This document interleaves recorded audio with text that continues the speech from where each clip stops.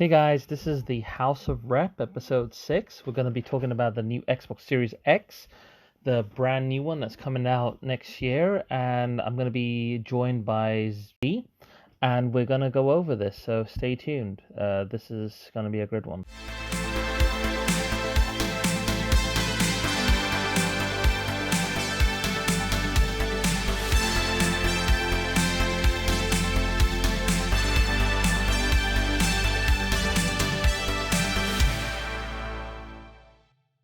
All right, let's just dive straight into this.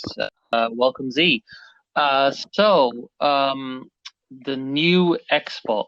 So they're basically going with a generational refresh. So what they'll have is an entire line just called Xbox, and it will be lined up for the year. So what do you think, bro? What do you think what they're doing with this new console? Yeah, hey man. Welcome everyone. So we've got the Xbox Series X, which is a cool little new box that Microsoft have announced.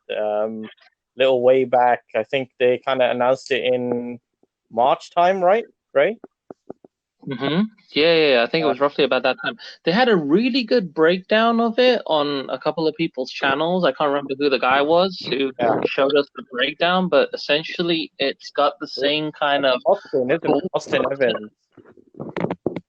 Yeah, it's like who was it? Austin Evans. He had a breakdown because he, I think, got invited by the team that were working on the Series X to show all kind of basically they invited him down to look at the console and look at all the components, and then they gave him a kind of mock-up model of the Series X, and it had like magnets on it, and you could stick it together and reassemble the Series X, which I thought was kind of cool. So that's not going to be how it is when you actually own it. So you can't like take the bits apart quickly without screws. Yeah, it's not a Lego Xbox or something like that, or a build. Oh, okay. Not a DIY. All right, so I was under the impression from looking at that that's how it would be made, so that obviously you'd remove retaining screws to get the case off. Yeah. But getting into the actual innards, like if I needed to switch the cooler, I thought this stuff just snapped off. No. So that's kind of a little bit of a that's kind of like not irritating, but that's just unfortunate, because I thought that would be a really great design feature. You know, if new things started having that modularity. It's not, unfortunately, it's not completely modular like a PC. Microsoft still made the Xbox that it's just you buy the console out of the box, and then I don't think they really want to delve into PC territory right now with the Series X. Yeah, of course. I mean, like Defo agree with that. My only concern is, remember when we had the red light of death, you know, like that infamous problem that all the 360s had? We couldn't get into it to see what's going on. Obviously, we'd send it back to Microsoft. They helped me out a lot. I went through about 360s before, you know, it started settling itself down. But it still never did. Like the last one I had still kind of died the death, and then I got a sort of like a facelifted Xbox from like a computer exchange. What I'm thinking about, what my thoughts were with this is that if something did go wrong, let's say the fan messed up, I would just think that Microsoft would just send me the fan, you know, and then I could just slot it back in. You know, if they could do stuff like that in the future, you know, like if there's like a kind of like an insurance or subscription system where I buy the console and I'm paying for it like a phone, and then I've got library of games, I've got the smart delivery thing. We'll delve into that in a minute. But basically, if I had this kind of rolling subscription instead of buying the console, so I could upgrade it every few years, if they could send me bits for it when it went wrong, it's sort of like a care plan. That's something that they've never touched on, and I think that that's a kind of like that's something that's missing. You know, that's another great way that you could streamline the whole business. Let's say, okay, I need more space, so tack it on. You get what I mean? Give me a new module. So you know, that's what's really good about this new stuff. Like they've got like the consoles are going into a territory where you've got 1 terabyte SSD cards, isn't it? They look like little hard drives. You were going to tell Yeah, us about this, weren't you? cool. Obviously, we can talk about first its appearance. That it's gone from being a kind of the they've abandoned the kind of brick style VCR look that the original Xbox One had, and then we had the Xbox One S and the Xbox One X, which was the most. And now we've got this totally new design of a tower that's incorporated a more tool-based kind of design, and it's very square, slightly angular rectangle, and you can see from the photos that it's got the Blu-ray kind of disc drive, and then it's got this kind of like cheese grater at the top, and it's got like a slightly tinge to it at the top of the design of the case. So it's definitely something fresh that Microsoft have designed. And then you've got like standard kind of pretty good specs. Like it's got a CPU that's pretty powerful. It's an AMD Zen 2 core at about 3.8 gig, which is probably like clocked at a decent speed so that I can run like 4K or 8 stuff. And then we've got like a GPU that runs pretty fast at 12 teraflops, so that's pretty sick. Then I just briefly brushed over the specs. It's got 16 gig of RAM at GDDR6, and it's got a 1 terabyte custom SSD. So a bit similar to how we were talking about on our podcast about the PlayStation 5, and that having about 100 gig. This one's got slightly more with 1 terabyte, and it's a custom NVMe solid state drive that's probably made by Microsoft or in collaboration with Seagate. And the optical is a 4K Ultra HD Blu-ray drive. So far, it's pretty good. We all know Phil Spencer. He loves to talk about his console. And obviously, Major Nelson is running around talking about the console as well. Yeah. They're characters, aren't they? They're great guys. I like them. I like their style. I like Phil. Actually, Phil's leadership of Microsoft has been really good. Compared to other guys. Yeah. Well, ever since like 2000 and kind of like since the Xbox One X, he's kind of pushed him a lot more, in my opinion. He's given a lot of time and effort to try and make it a good competitor. The only thing that I would say right now, and you can elaborate on this, Rob, is that Microsoft are really good from stuff like Gears and Halo. Yeah. To push the Xbox, in my opinion. No, I totally agree. I mean, this is the biggest problem that they've got. They had so many great studios that they've bought up, and now they've kind of done a thing where they've merged all of these guys under this one umbrella, where Microsoft Studios is expanding. So that's cool. That's all well and good, but I want to see a library. Yeah. Like I want to see at least 10 first-party titles from these guys over the console's lifespan, minimum. I want to see this console basically go through the maximum kind of like beating it can take. It's pushing the graphics to its limits. It's showing us stuff that, like original IPs that's not available anywhere else. Because truth be told, the biggest reason I'm going to buy this is my back library. The fact that this has a massive amount of backwards compatibility all the way back to the old, the Fab Boy. How far backwards can we go on the Xbox Series X? We can go all the way to original Xboxes, but they're going to be legacy titles that are available digitally. So what you do is you pop the disc in. If it's available, it will read that information from the disc, see that you originally owned the game, and then unlock it into your Xbox library where you can play it digitally. Neat. Yeah, that's good. So it's the ones that they basically optimized to run with this kind of software-based I guess it's a software-based kind of emulation or hardware related. Yeah, There was a rumor going around that it's also hardware because the cores are so powerful, and the kind of OS and everything is based on their old architecture anyway. So it's easy for them to give it a little bit more expansion. So there's a separate team working on remastering and restoring games. There's going to be another team that's probably going to do remasters to kind of copy what Sony were doing. So they'll take a classic, maybe like Halo, like they did a Halo remaster, I mean, like already, but they'll take an older game like Halo and completely remaster it, maybe for yeah, 8K. yeah, As another selling point or a showpiece. Like maybe Halo Infinite is actually Halo, a new Halo game, but inside the game there might be Halo 1 completely redone in their new engine. that'd be, So you never know. They tend to do things like that. yeah, And then also, they lost a lot of exclusives. Like they used to have like DOA, and other stuff that were like Xbox exclusives, and that drove us. Because the DOA franchise is like a big franchise for me and you. We played that a lot. So it was almost a no-brainer to have a 360 back in the day. It had a great controller. It had a good system. I mean, I remember the days when we had the Duke controller and I was playing Ninja Gaiden yeah, and the original DOA Ultimate and stuff on that, and then we had the S controller, which made things a lot slimmer. But we played that console like crazy. Jet Set Radio Future, they were great games on that. Yeah. What did you think of the first Xbox? Let's go back in time. Tell me about the first Xbox.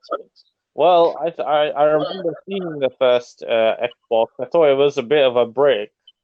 It was Mm. huge, but what I liked about it is that the specs were quite nice in the original Xbox compared to the consoles at that time. So we had, I believe, the PlayStation 2 and Nintendo 64. Um, Mm-hmm. so the Xbox was kind of had really good IPs at that time. Yeah. And it was pretty smooth. It used to play games very well at a good solid 30 frames a second. Mm. My only criticism was of the Xbox, the original Xbox, is that it never really pushed any sort of like it didn't go to a high level for like game resolution, and the controller was a bit too chunky for my liking. Mm. Yeah, so you thought that the Duke was just a behemoth, isn't it? The other nice Like, feature yeah. that the original Xbox had, I think it was one of the Mm. first consoles, was it had a hard drive.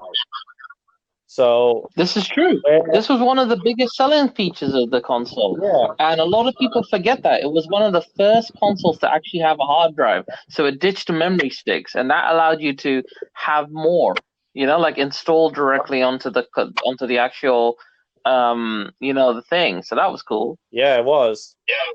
Yeah, That sped things up. I was going with a kind of like what I really liked? I liked the prototype. The one that was a little icon that you could collect in DOA when doing survival. yeah. It was like a showpiece, and I really thought the console was gonna look like that, this massive X, and you could just use it as a lamp. So I was imagining just using it as a kind of like a light source in my room, Yeah, I know that. and like playing with it.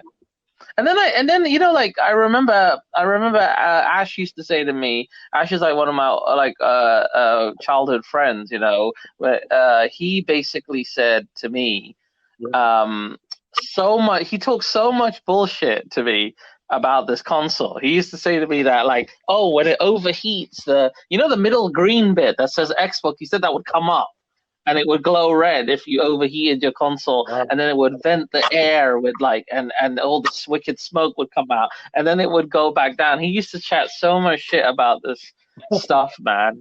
Like, and so it was so hilarious, like the conversations we used to have about it. But I was just trying to remember, didn't the GameCube come out at the same time of this console war generation? Uh, So the X was it the 64 had retired right by then, because the 64, was it around when the Saturn and PlayStation 1 were out? I can't remember. no, because the GameCube came out when the 360 was like kind of newish. Oh right, okay. So the GameCube competed with the 360. The Xbox was one of the last ones of that generation, isn't it? That's right. Of that kind of time, yeah. What you got to remember is that they started to develop the Project Dolphin or something, which became the GameCube. Right. Yeah. They said, "Oh, we're going to console, blah blah blah." We call the 360, but they didn't call it the 360 at that time.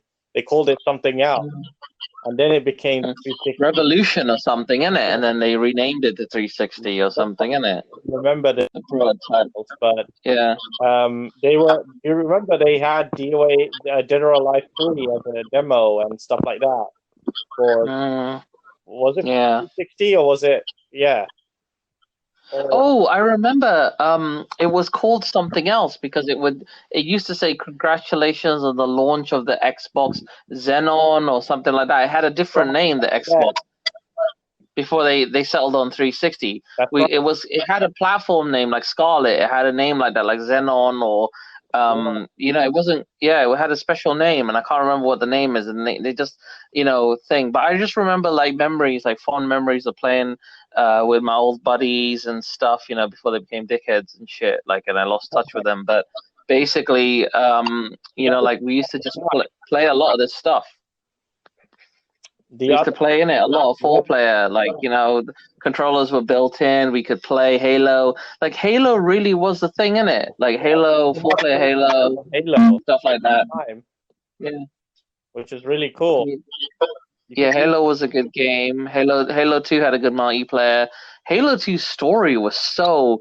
It looked like they had cut so much out. Yeah, it's almost as that they had such a truncated time scale to get this game out that half the game was missing. Story wise. Yeah. It was the strangest thing. It was the most like there are a couple of games that I really regret buying on that console. One is GoldenEye Rogue Agent, because I'm just a huge Bond fan. Yeah. So I thought this would be a sick game where we would be basically this bad Bond. Yeah, and it turned into such a train wreck, that game. The way it looked, the way it works, the stuff that happens. I like the idea of Scaramanga and Goldfinger fighting amongst each other, and they're the lieutenants of Spectre. That was so sick. I feel like that needs to be remade, and then you use his eye with a kind of VR kind of spin on it. So he has like a dead eye, and you can do stuff with your hands, and stuff. We get Pierce Brosnan to return or something in the role. I've got some wicked ideas that I could do. It's like set a couple of years after, so there's a third GoldenEye satellite that the Russians make. So it's called GoldenEye Rogue Agent, but it's kind of like set in Pierce Brosnan's universe, where there's a new, his timeline. You get what I mean? So it would be quite cool. And he's like an older Bond, with a bit of a kind of shaggy beard and stuff. So I would love to do that. I think that would be a wicked game. You get what I mean? He's like, so Rogue Agent's like his protege. He's like 009, and he like betrays him or something because he got shot in the face by Scaramanga or something, and he wanted to get revenge on him. Like, so Scaramanga survived or something. I don't really know. How I do a spin of it. Maybe Scaramanga cloned himself, or Spectre cloned him or something to bring him back, or Scaramanga's son, or I really don't know what I can do with that, but there's a lot of different cool ideas that can get cooking with that kind of concept. There's a lot of ways to bring people in who haven't been kind of in the Bond franchise. So yeah, moving back to the Xbox X, because we can talk more about the 360. 360 was just a beast. You know what I mean? The library was great. Yeah. We wore that console out, man. We played that console. We played DOA 3. We played also DOA 4 was a launch title, isn't it, for us? So we just bought it with that, just hammered that out, man. Yeah, but to be honest, it was also kind of a shabby console as well at the same time. Yeah, no, I have to admit the build quality was atrocious. I remember seeing the E3 press conference when Elijah was walking down with his baggie, and he pulls the console out and turns it on, and I'm like, that's an unfinished prototype, And then somebody said to me, bro, that is actually the console. Yeah. And I said, it looks so cheap. It doesn't look anything like the PlayStation 3. And granted, the PlayStation 3, like the PlayStation 3 went in a completely different direction. It went in some posh piano kind of direction, like, oh, this is gonna be like this beautiful thing that you put next to your Bang& Olufsen speakers or something. You know, they were trying to go with that. You know, under Kaz Hirai's kind of leadership, they were going for that kind of like super premium. But then there was that super premium price tag. It was like £600 or something crazy in it. It was like the price of two consoles. Yeah, very. You know, that was crazy. I remember when we had that. We played MotorStorm on that, and you know, we had the tilt controller, and it was crazy fun. But you know, PlayStation 3 lacked the tiles, man. There were just no tiles compared to Xbox. We just kept getting Xbox games. Yeah, true. I mean, still, when you count it, I was still getting ports on the Xbox because the Xbox's architecture was better. So games just ran better on the Xbox. You know what I mean? Now and you could see it. Yeah, now it's kind of shifted into, kind of flipped on the other end. Since we've come from going away from the 360 and into like the current generation and the next generation, we've seen that the Xbox One and the Xbox One S have had okay kind of titles, but most of them are multi-platform titles, and there's only a few proprietary IPs like Forza, Halo, Gears of War, and those are the ones that are getting moved onto the Series X. I'm not sure of many other titles and stuff that will push the hardware, because the hardware of the Series 1X is really good. Like, it should be able to run like 8K gaming. It can do 4K gaming pretty well with that custom GPU. It's got more than enough RAM. It will have a quick enough SSD for you to load it. I'm not sure what the interface will look like right now because Microsoft hasn't said anything about it. About what? One thing I do I love. Missed that. What were you saying? Sorry, bro. What were you saying? I missed that. It was very gobbly. Okay, so I'll just repeat it for the audience if they didn't catch that. But I was saying that I don't know what the interface is going to look like, the user interface of the Xbox. Oh, the UI. Got it. Yeah. So yeah, and I like the design of the little memory cards that they've made that are like 1 terabyte. If they're not too expensive, very cool in terms of a design element for the console. Yeah, they're probably going to be the same kind of prices that we see these mini Samsung SSDs. You know, the ones that we pick up for our rushes and stuff. Yeah, you know, so you're probably looking at like 60 to maybe not probably even 60, probably like £100, you know, or more. Okay. You know, because if someone's quite serious about their upgrading, they're gonna tap into that. That's a nice little nest egg for them. So revenue source. Going back to this thing about smart delivery. So there's this unique thing that they've got now that they announced at the press conference. Yeah. When they were talking about the console, that this is actually gonna have a smart delivery initiative where you buy the game, and it's available in 3 different formats. So you can go and have another older Xbox X, and it will work on that.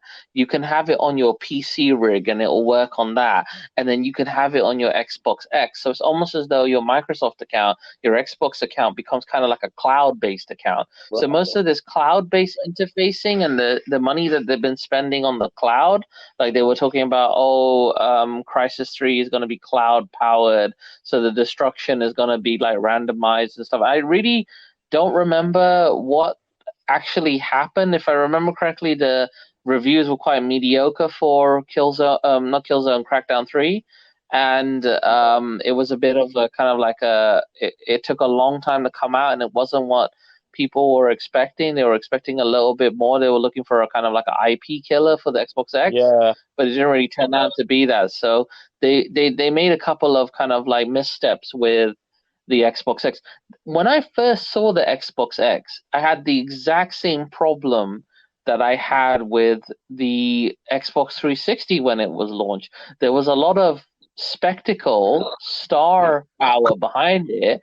And then as soon as they revealed it, I was like, this looks like a cable VCR or Betacam, you know, like something ancient that I saw as a kid, you know? this doesn't look state of the art or new. I was looking for like spiky edges or a massive X on it and stuff. You know, like the things that they're doing now, where the fan kind of looks like it's glowing with that traditional Xbox logo, and you know, like the finish and stuff. The matte finish looks a bit better. When the Xbox first came out, it just looked like a massive like block of, you know, like this wedge. You know, like I was like, where am this thing's massive. And then I realized that there was a reason why they did that. You know, they wanted to make the cooling better. That's right. And their cooling is always better. Like the Xbox is a much better built console than a PlayStation, because our PlayStations have overheated in the past. They look very slim, and the design is excellent. You know, the wedge design and that kind of slanted thing with the Pro. You know, that kind of triple. I call it like it looks like a Viennese sandwich. Yeah. It's like a sandwich design. Yeah. So basically, that they look wicked. Don't get me wrong. The Sony PlayStations look wicked, but the Xboxes are practical for power use. You know, if you're going to be doing long gaming sessions, they thought about the cooling. You know, it's not perfect. It's not bulletproof. You know, I've seen people get, you know, similar kinds of hardware issues with the Xbox and stuff. But this new one, this kind of centrifugal cooling system and unique fan design, this is very good engineering. This is very, very, very good design from the team. I have to say the team have done very well this year with the design, because I know it looks like a massive mini PC. Yeah. But that's kind of where you need to go with these kind of things. If you want to run those CPUs and RAM at this kind of like clock speeds, and it's just dedicated for gaming, and there's a SoC chip for like the other apps and things, you really need this kind of cooling. Cooling is so important. It is. Cooling is just so important, man, because just stuff will overheat. You know, you're going to get frustrated. Let's delve into the controller. Tell me about the controller. The controller looks better, right? They've kind of refined it a little. Well, it's not bad. I mean, it's only a slight change. It doesn't, in my opinion, I wish they used the Elite controller as the new controller. So basically, Xbox have an Elite controller that is completely modular, and it's very premium, and it's got this kind of gray matte and black finish. And I feel that they could have used that controller for the Series X instead of making a slightly modified variation of the Xbox One controller. I think what they've only changed is some of the button arrangements, and I think there's a slightly newer button in the middle for something near the Xbox symbol. But overall, it's very similar looking. I think the D-pad is slightly different on the new one. That's how you can tell the difference between the two colors. But the D-pad is just like one of the things that's kind of trickled down from the Elite controller, isn't it? Because the Elite controller is like roughly the price of like a, you know, like it's quite pricey. You could pick up an old console for the price of a controller, isn't it? You know what I mean? Because it's a pro controller. It is. So it's like they're never gonna. I had a discussion one time with some people about this. I can't remember what it was. It was on a forum or something. I was asking them, why don't they make why didn't the Xbox X have an Elite controller with it? And then they were just basically telling me it's a cost issue. Yeah. So what it was is basically is that if they started tacking into you know, the console was a behemoth anyway when Xbox X came out. Yeah. You know, they were like, the controller is a separate thing if you need it.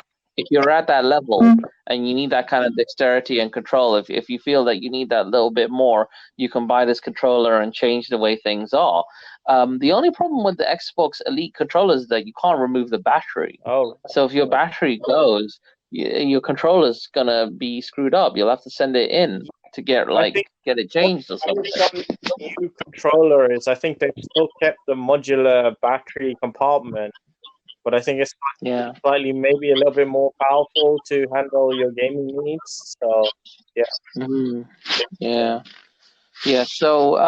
so it ticks a lot of boxes, you know, like it's going to have backwards compatibility, great big hard drive that can, you know, separate its operating parameters and the game installs. You'll have separate cards. External hard drives will still be able to be plugged into it from what we've been told. you can also do a lot of stuff on it. Like, you're still going to have that great OS. You're going to have, like, the ability for you to, use it. One of the best things they ever did was get rid of the Kinect. I remember that. Bye-bye. I remember when they were trying to push the Kinect like crazy. Yeah. And that wasn't as good as it could have been. They're not talking about VR. I think they've learned their mistake. Yeah. They don't want to embrace the technology until it's a no-brainer. You get what I mean? True. So since VR is still very much in its infancy, I don't think they're ready. I don't think and I think that's a good thing. I think they should just stick to basics, build a library. We know it's a powerhouse. Yeah. I'm actually really looking forward to it. I mean, I think this time I might be a first adopter with this one. I don't know, because like I completely skipped the Xbox. Well, I only recently, about a month ago, before the release, before all the news started coming out, I was like, you know what, I might pick it up because it might be on sale. So the price was quite good. It had dropped quite a bit. Yeah. It's dropped right now because of the COVID as well. They've dropped it so that people who are at home can just like upgrade. So that's cool of Microsoft to like set people up with I think it was £100 discount on it or something. So instead of it being like 300 something, it was like 200, and I was tempted. But then I thought, back on my mind, I'm like, I might as well get this because it will cover everything. Yeah. I can phase out the 360. I can vault the 360.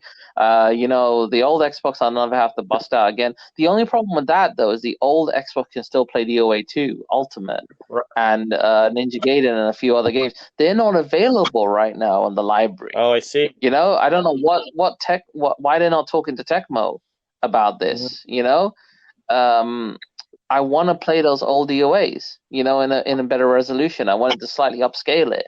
So, especially DOA 3, because DOA 3 suffers. I don't know what kind of process, or maybe it's the tessellization of the engine with the water effects or something, but it just never appears on the Xbox backwards compatibility list.